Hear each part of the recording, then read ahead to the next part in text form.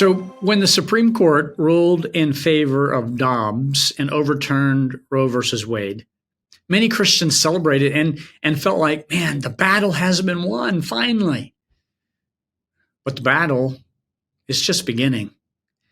The battle moved to each of the 50 states to make decisions. And so I wanted to hear from an expert in this area. Chelsey Youman earned her law degree from Southern Methodist University, and she has become a passionate advocate for pro-life policies and jurisprudence by mobilizing grassroots efforts to protect unborn children. Chelsey provides information you need to know and you need to share. So here's my conversation with Chelsey Youman.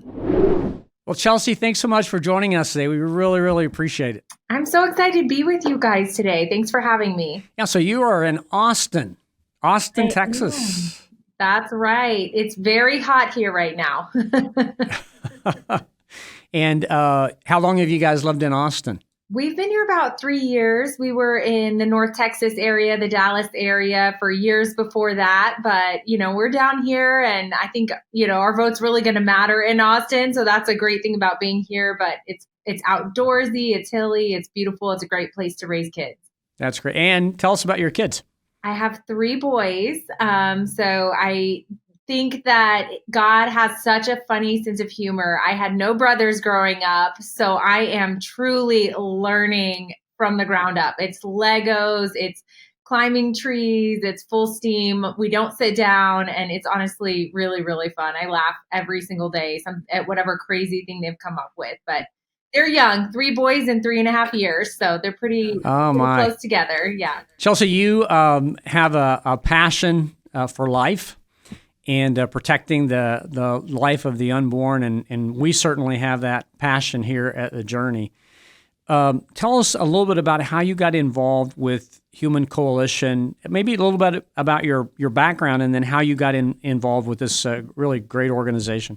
Yes, well, you said it well. It is definitely my life's passion and work. I always say, especially to young people or anyone really who's looking for their calling and their purpose, if there's something that keeps you up at night or just kind of irks you, it's the thing that you just ruminate over, you think about a lot, that might be an indication that that's the passion God's put in your heart to go do something about. And so for me, that was certainly the case, especially in college at my undergraduate, I knew that I wanted to work in politics. I knew that I really cared about politics, especially because I can't think of any graver or sadder thing in our world than abortion. It's just truly the saddest thing I can think of is women who feel so desperate about their situations and circumstances, who've been told for decades their only option is to kill their own child, and who make that choice, and then many often grieve and live with that choice the rest of their lives. That's a really sad thing to me. And so in law school, I ended up in law school, really cared about rights issues, First Amendment freedom of speech issues, and religion issues.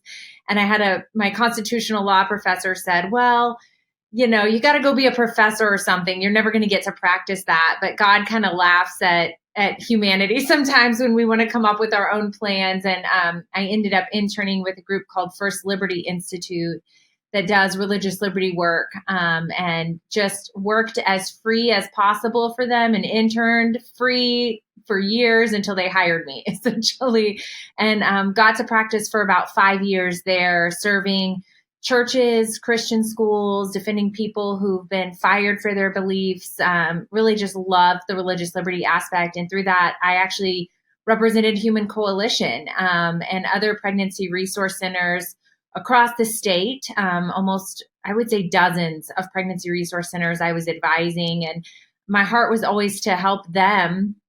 And then the time came, I think, where God just said, I'm ready for you to step into working exclusively on trying to save the next child. And when I called Human Coalition to let them know I was entering politics and going to be doing that, they said, wow, our board just approved 3 weeks ago for us to start working in the government space. Would you consider doing that through us? And of course, it was such a beautiful thing to come together. We want to drill down on some specifics here in a minute, but let's just start with the big question.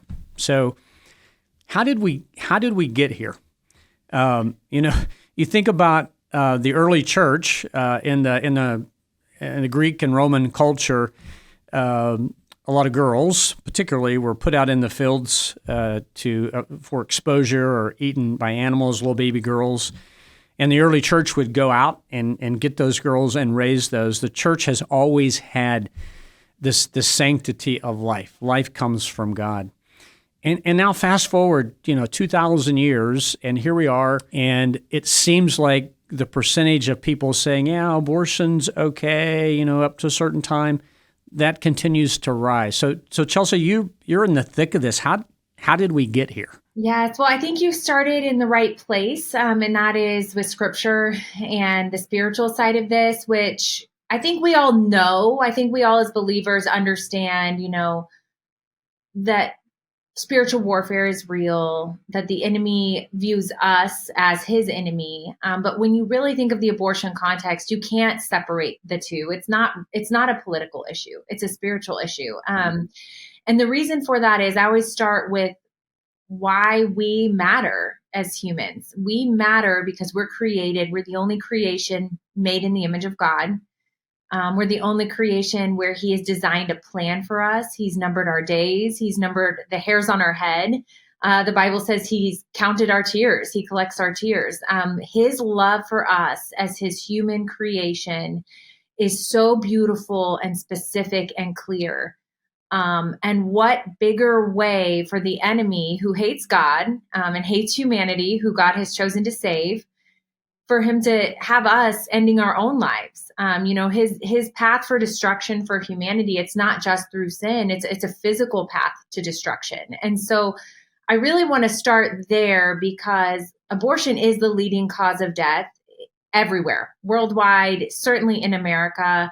It beats out disease, it beats out cancer, it beats out heart disease by 3. And so for us to understand how pervasive abortion is, that we can outlaw it all day long. I can write bills, and I have all day long, to try to end abortion. But the human heart is really, for me, I'm coming to realize as I grow in this movement, after years in this movement, that, our clients we're serving, pregnant women seeking abortion, our nurses who serve them will say they walk in wearing the battle. They walk in and you feel this struggle and this tension. They want to choose life. They want to parent.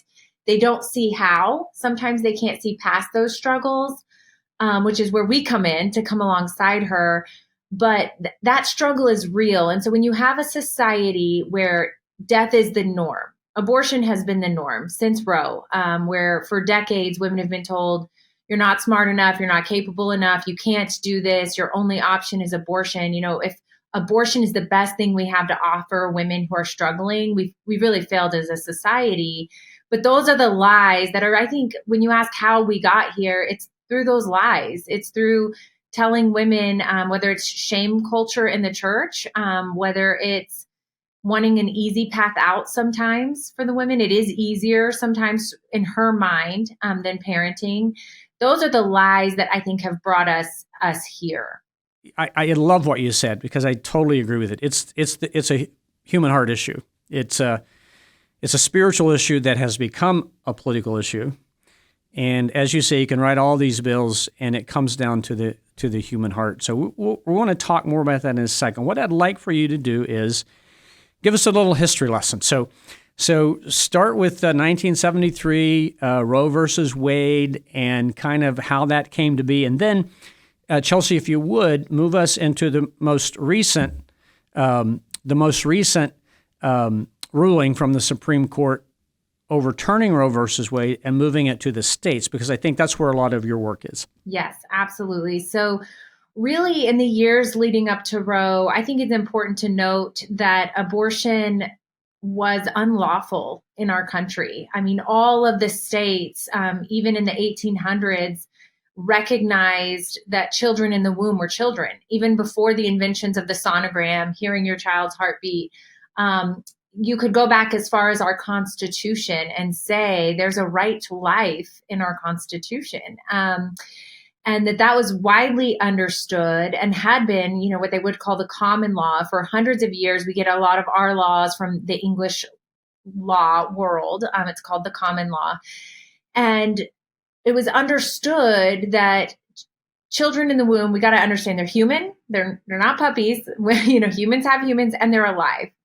Certainly they're growing. Even 98% of biologists agree that human life begins at conception. All 7 factors that are consistent with biological life, like cells growing, metabolizing, being complex, all begin at conception. And so that's where life begins. You really can't distinguish a 6-week-old in terms of purpose and dignity from a 12-week-old, from a 1-year-old to a 70-year-old. Once you start drawing those lines, it's really a dangerous thing to do, because you're starting to say, some humans are more worthy than others of basic human rights. But leading into Roe, all states had protected life, and the abortion movement had begun to take roots, and states were starting to walk those protections back. And Roe was the fast track case, the fastest way to upend all of that history, upend all of the protections for children in the womb. It was done in one foul swoop with the Supreme Court. And they decided that case. It was a set up case by abortion activists, and ultimately said that all abortion protections for children were wiped out in all 50 states, overruling essentially the public's votes. We have lawmakers protecting life. There were federal laws like the Comstock Act, which prevented abortion mailing materials.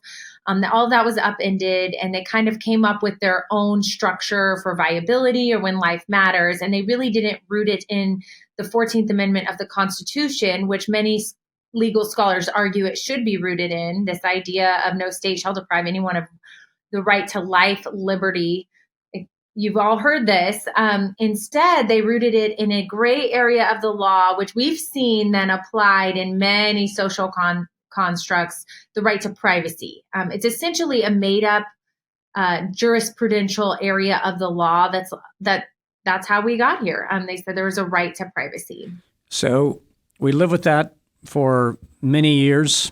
Human Coalition has been on the forefront of working with groups to help women, deal with unwanted pregnancies coming in, the sonograms, the things they've done have been great, like many other pregnancy resource centers. So bring us to then the most recent Supreme Court ruling that caused a lot of discussion.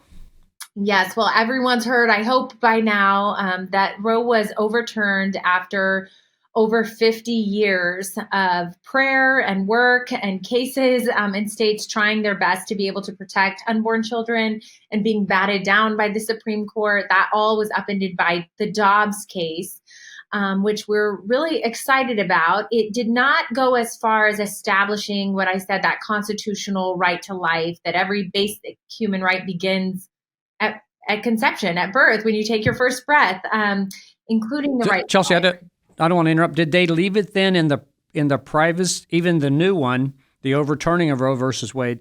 Did they leave it in that privacy area and not the right to life? They essentially recognized, they didn't quite go as far as we wish they had. Essentially, they said that Roe, and most legal scholars agree on either side of this issue, that Roe was a terrible case by legal reasoning. It was just very poorly reasoned. And so they essentially said, look, the groundwork that Roe was based on was poor legal reasoning.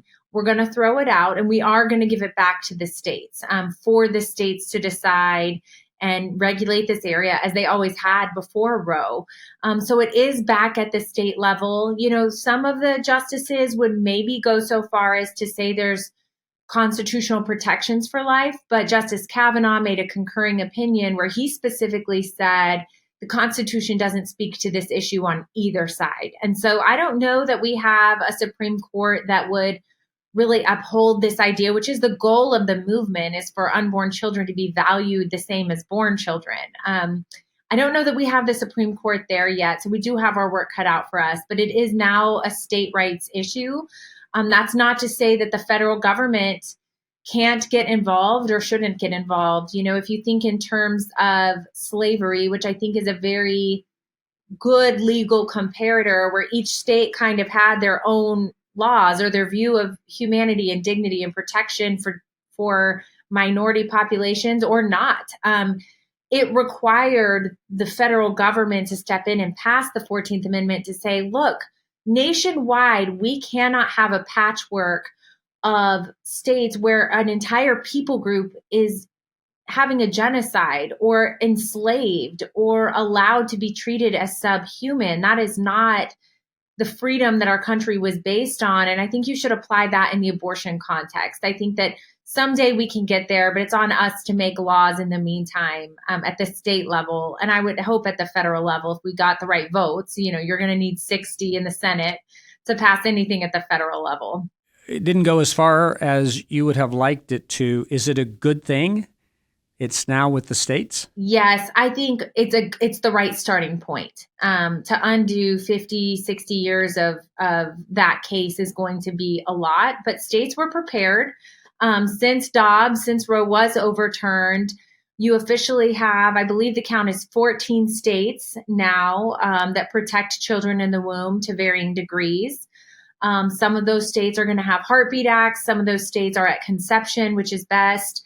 And then some of those states are at viability. And then many states you've seen run the opposite direction. We have, states like Minnesota, Maryland, California, just to name a few, where not only did they revoke all protections for life at viability, now they're even saying you can't investigate infanticide. So even post-birth infanticide, where children are killed after they're born, those doctors can't be investigated. And so you've got states really going in all different directions on this issue since Dobbs. I want to get to the heartbeat bill that you've been working on specifically in just a second. Help me with this. So someone, a drunk driver, rams into a car and kills a woman who is pregnant. He or she, the driver, is charged with 2 accounts of death, right? Correct. So help me understand how that can be on the books. That's a law. And yet I can basically, in California or Minnesota, wherever, I can have a baby, basically expose it and let it die, and that can't be investigated. How does that reasoning even jive in a legal mind? Well, look, Ron, I didn't say it made sense. I said you're correct. I mean, the question is one of intent, right? And so in a world where children are disposable, so in some states, California, New York, Colorado, many states, New Mexico, children are viewed as disposable unless they're wanted. And that's really the crux of the pro-abortion movement, is you only have value if you're wanted or valued. And the point that somebody decides you're not valued or wanted as a person, you're disposable. And I should say that to a certain extent also includes their mothers. You have an entire abortion industry bent on exploiting pregnant women. All these Planned Parenthoods closed up shops. You hear everywhere, oh no, Planned Parenthood's out of business in all these states. They're leaving, they're closing down.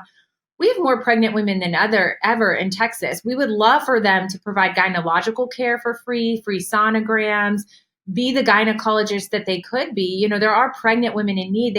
Women need mammograms. There's all kinds of reproductive health that's actually in the healthcare field. But instead of providing any of those services, they really just want to profiteer off of abortion. And so in states where those laws look inconsistent, you are correct, Ron, it's because they're inconsistent in their view of the value of humanity. So Chelsey, now we move from the federal battle to the state battle. And so talk about how do you address that? How do you start?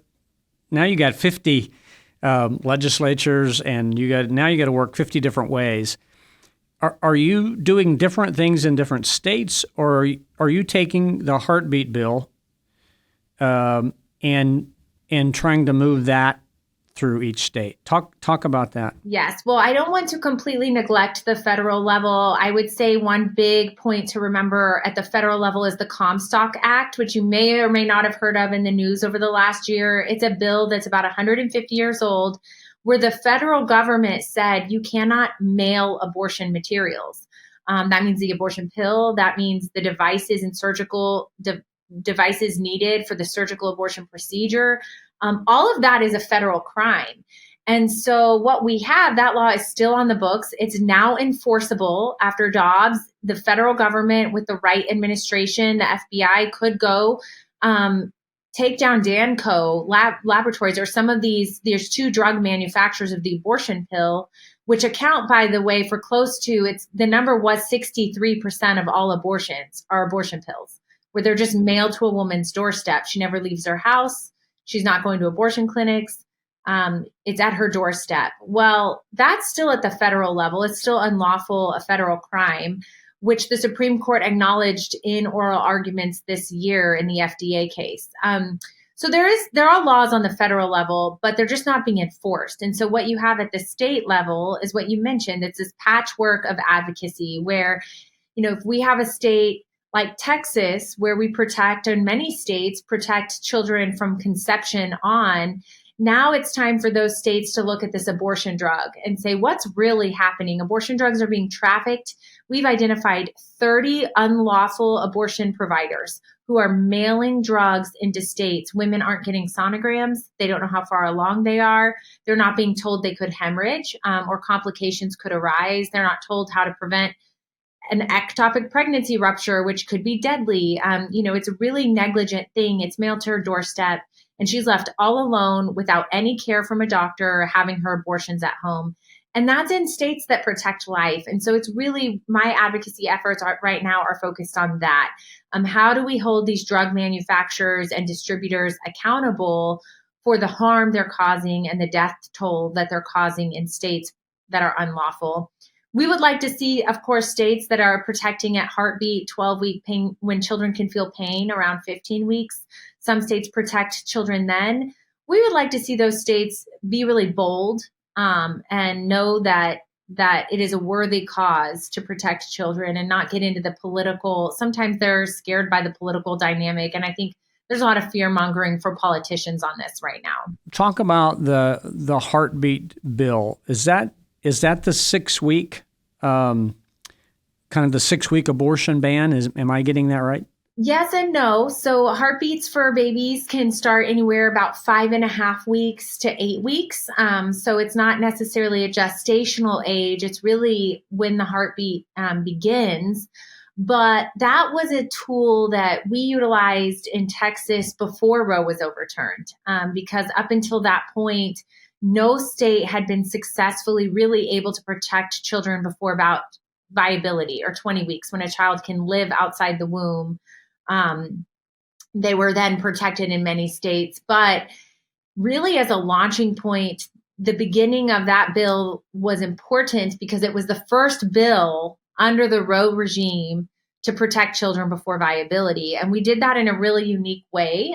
There's an attorney named Jonathan Mitchell who is kind of the brilliant architect behind that legal idea. And he said, well, instead of the state enforcing this, you have at the state level, most state laws, where you have maybe a local district attorney who enforces the law or an attorney general.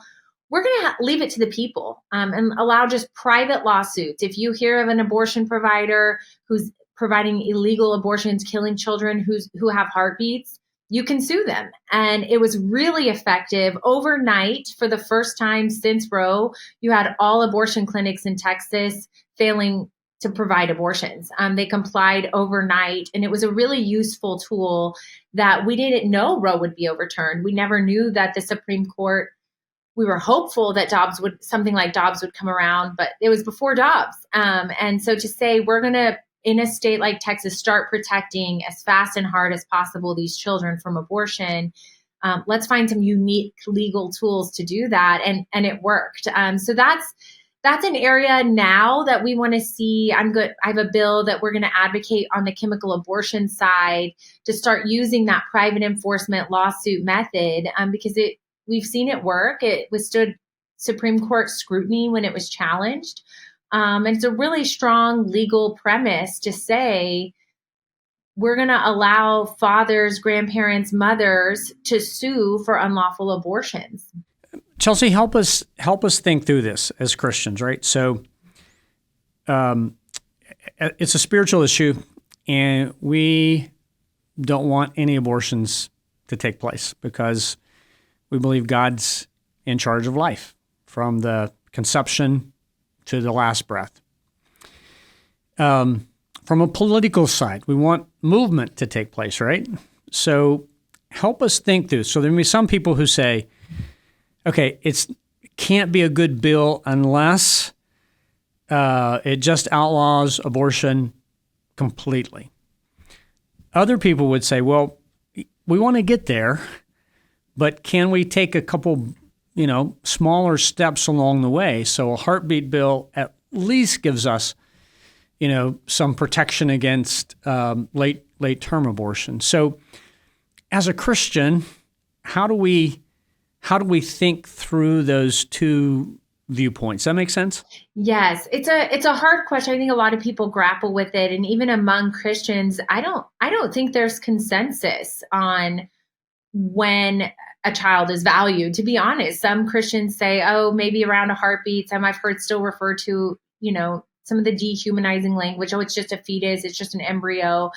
So it really is going to start at what I would say, if you're thinking about the child, why would a child who's a 3-month-old newborn or a 3-year-old newborn or a 30-year-old have more value? Is it because they're bigger, more developed, stronger? When you start getting into drawing those lines in the sand, it's really difficult. I think the only consistent thing as a believer we should agree on is that children are made in the image of God.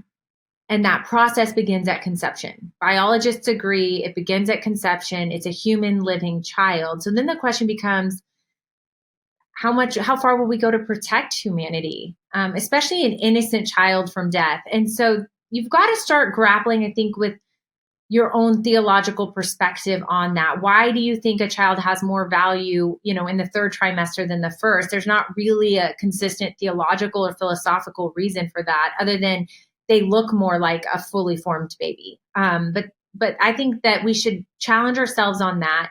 I think the goal of the movement has to be, we will not rest until abortion is gone in our country. Abortion cannot be the best that we have to offer women. For the church, it starts in our pews.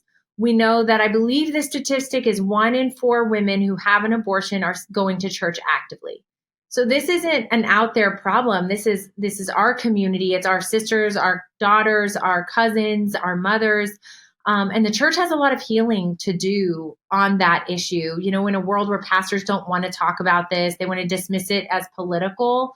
That doesn't allow people to heal. And the redemptive part to come in, where we have that many men who are responsible often for pushing women and partners to have abortions. There needs to be a reconciliation there. So that's my point towards you on the church of how to begin to think about this. In terms of political goals, I can't understand how it's almost like saying, allow slavery to go back to the states. Each state gets to decide. Or you can have slaves if they're this color or this age. It's all dehumanizing. And it's all saying there are certain people among us that we don't think are worthy or valued and that are able to be used and abused and mistreated or killed. And so I don't think you can have any other reaction when you really think of the gravity of abortion than the fact that it's on us as believers to end it, and to end it by serving moms, being a community to her, loving her, helping her out of her circumstances. At Human Coalition, we ask every single woman seeking abortion, if your circumstances were different, would you prefer to parent? And 76% of women seeking abortion say they'd rather be moms. That's powerful. And that's an area certainly for us to step into to start working towards ending abortion. Chelsey, help us with some terminology, because words mean something, right? So it used to be you were anti-abortion, but then it moved to you were pro-choice. And now we hear a lot of people talking about reproductive rights. Why does that's chosen for a reason? Why does that seem to resonate? Rights, I guess, with power, but why does that seem to resonate with many in our country right now versus, pro-choice or whatever? That's a chosen description that's there for a reason. Any insight on that?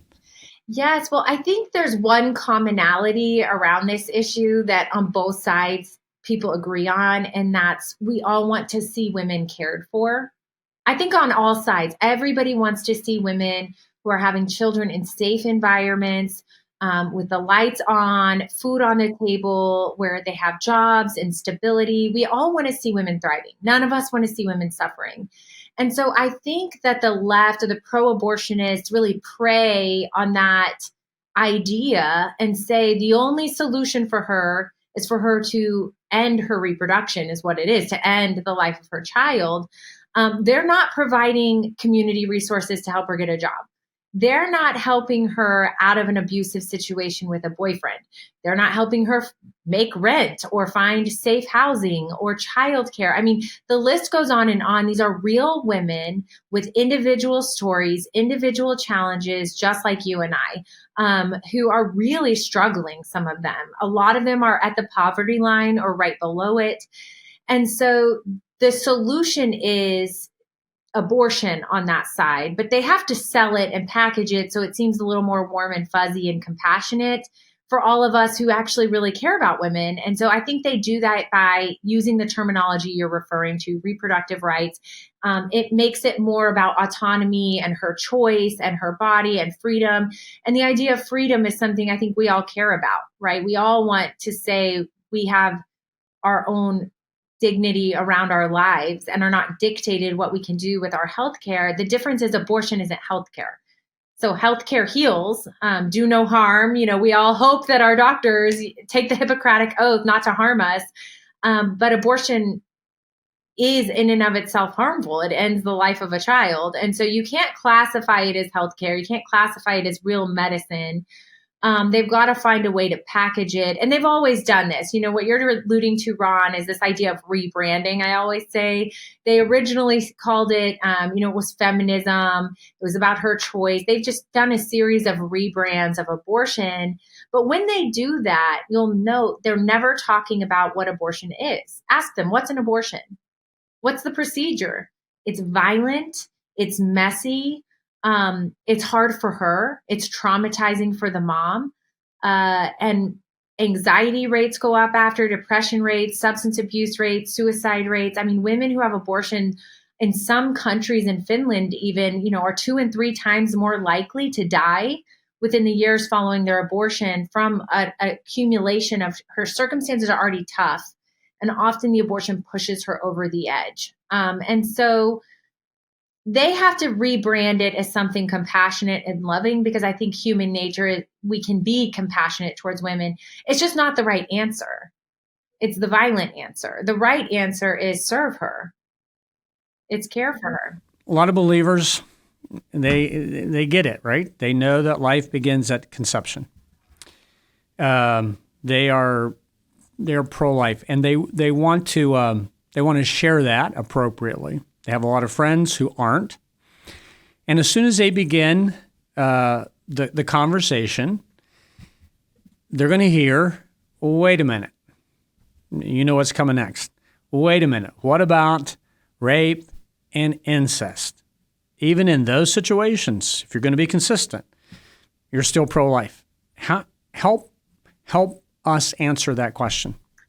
Yes. Well, of course, they're going to go to the hardest of the hard cases. Like I mentioned, the ones we're all compassionate about, that none of us want to see, the most difficult of the difficult. None of us want to see that.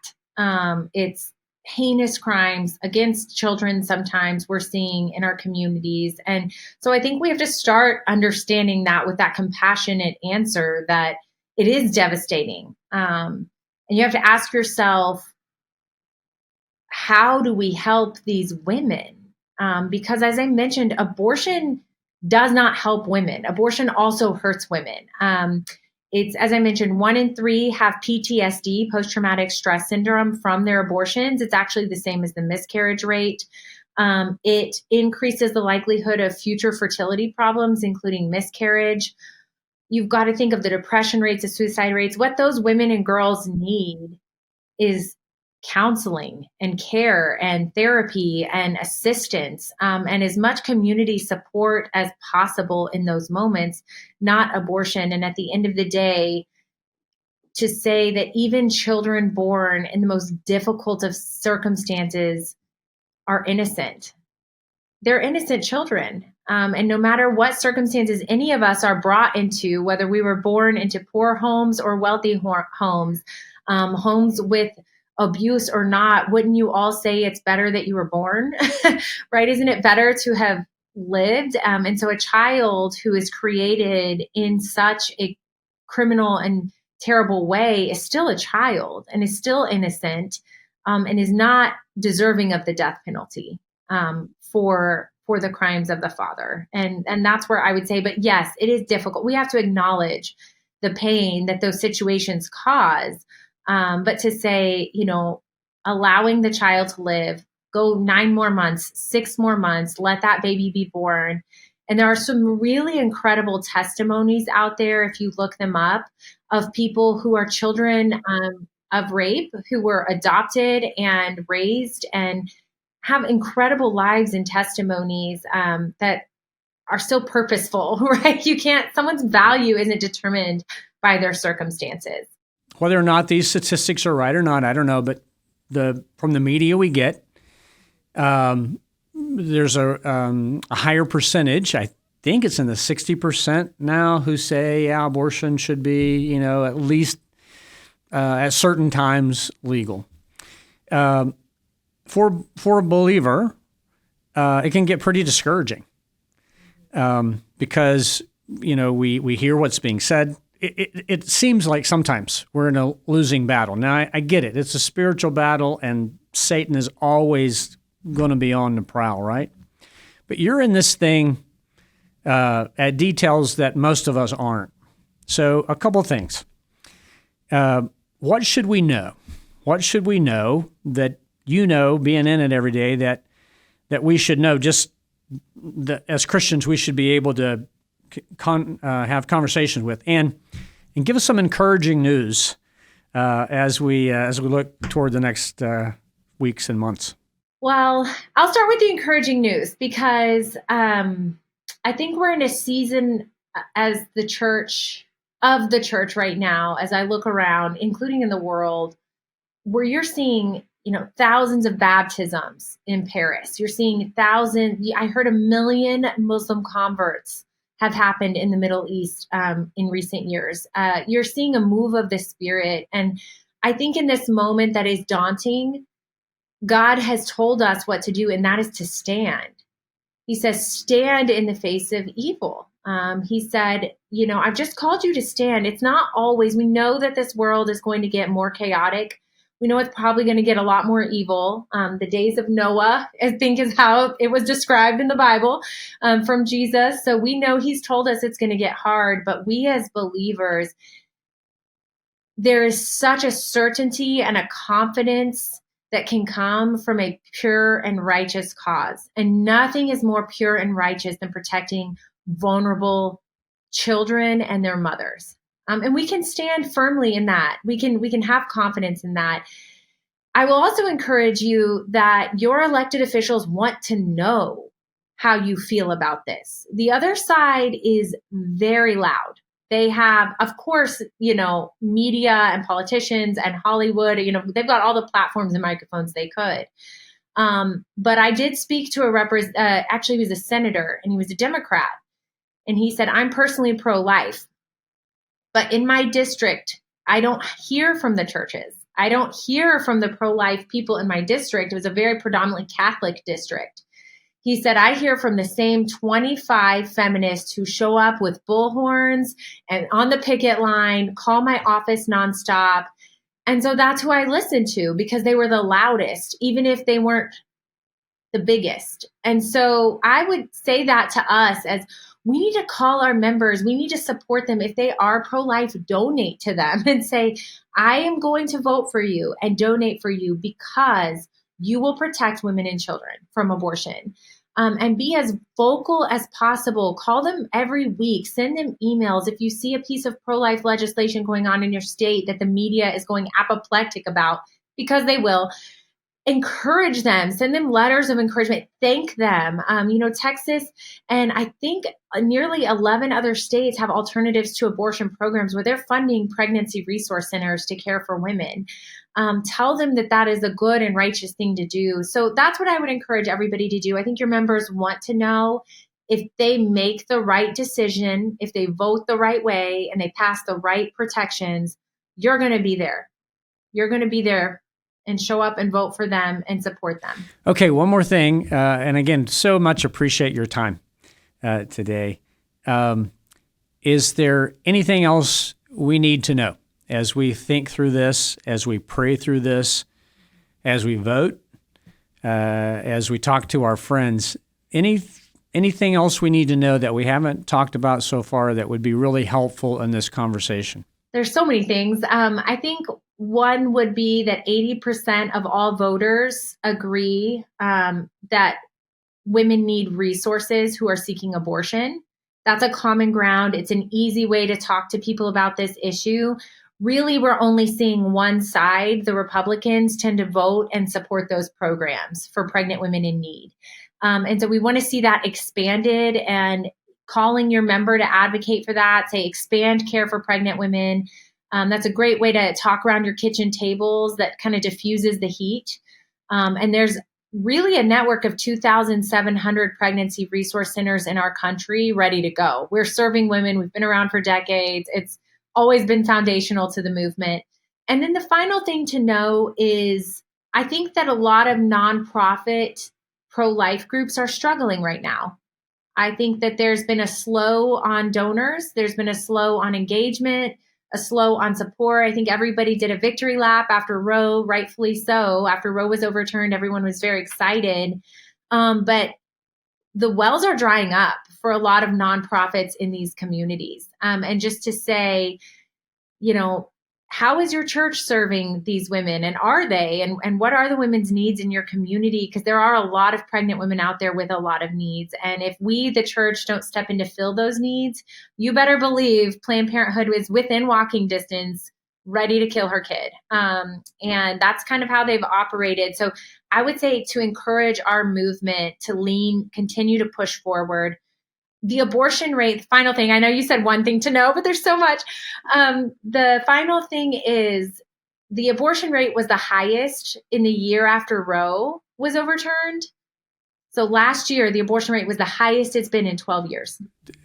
Tell me how. Over 1 million children were killed last year. And that's with states protecting at conception. And that's because of the chemical abortion pill, abortion drugs. They mail them to her doorstep. There's no doctor or clinic. She doesn't have to leave her house anymore. She goes online. She goes into her phone. She can order. We've had women show up with pills from eBay. You can order them from different sites on Facebook for free, and they just ship them to her door. And so the abortion drug is real and pervasive, and we are seeing the abortion rate reflect that. It's going up, not down. Chelsey, so much. We're going to have to have you back and keep up on this, because I know for our ministry this is so important for us. We've always talked about and promoted what God promotes, life from conception, and so love to hear more about this as time goes on and as election happens, and there'll be a lot to talk about regarding the states as well. We want to thank you for leading the charge and being part of Human Coalition and doing that. And I know many of our listeners will know the name Bill Pierce. a mutual friend, and we appreciate him hooking us up here. And be sure to tell Bill hello for us. And we really appreciate that. One more thing I'd ask you to do for us, if you would you pray for us before we wrap this up? Of course. I love ending an interview like that. NPR doesn't end my interviews with prayer. So thank you for that opportunity. Lord, we just lift up your church, your people, and this world that we live in, God. I pray that you steel us for what is ahead, for the things you've called us to. Give us courage and strength and clarity on how to go forward with what we know. We know your will is good and perfect, and in our lives and everybody's lives around us, God. And I pray that you help us just commit with courage to spreading your gospel, to discipling on these difficult issues, to having these hard conversations, and to advocating for what is good, true, and right, God. Go before us, and I just pray your protection over children in the womb all across America this week. In Jesus' name, amen. Amen. Chelsey, thank you so much for joining us. We really appreciate it. Thank you. It was a pleasure. Thanks, Ron. Life is not about a political policy. Life is a spiritual issue. And the policies regarding pro-life always start with Jesus. See, he's the one who changes hearts and minds. So let's be those who share Jesus so he can move in the hearts of men and women to honor life from conception to the very last breath. Let's just pray that God does his work in our hearts so that we can share passionately with others. I want to thank our podcast team for making this episode possible. Our executive director is Jen Booth. Ryan Jorgen produces each podcast. Mark James delivers each podcast right to you, and Laura Crane promotes each podcast through social media. Be sure to subscribe to the podcast on your favorite podcast platform and hit like. Again, that little simple tap on the screen helps us deliver what we believe are critical messages, important messages, essential messages to more and more people. Thanks so much for joining us today with our conversation with Chelsey Youman.